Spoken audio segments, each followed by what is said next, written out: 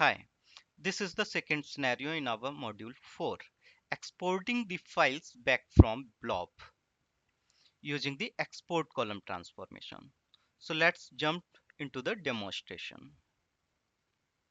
I have already created this package and we have the data flow task. We have used the read data, which is OLEDB source, and then use the export column transformation.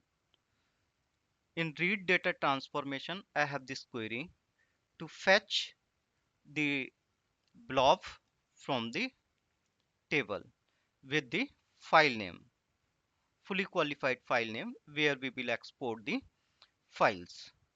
So when we execute this query, it gives us the result with 13 rows and the file name and the blob.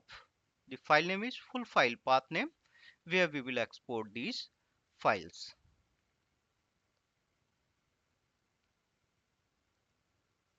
And in export column transformation, we have this column extract column. We have to choose the blob column, and in file path column we have to provide the file name with full file path column. Allow append, force truncate, right order mask. I have used the allow append. So let's execute this package. Let's see in our exported directory it is blank.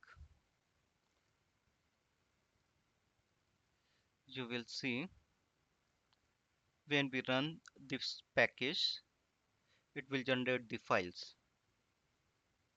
See, all the files were generated. So you can see that they are CSV, Excel, JSON, TXT, CS, MD, JPG, CSV.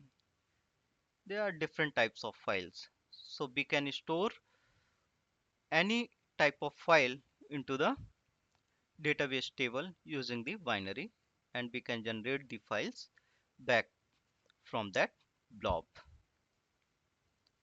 So this is how we can use the export column transformation. It is very simple than the import column transformation. Okay.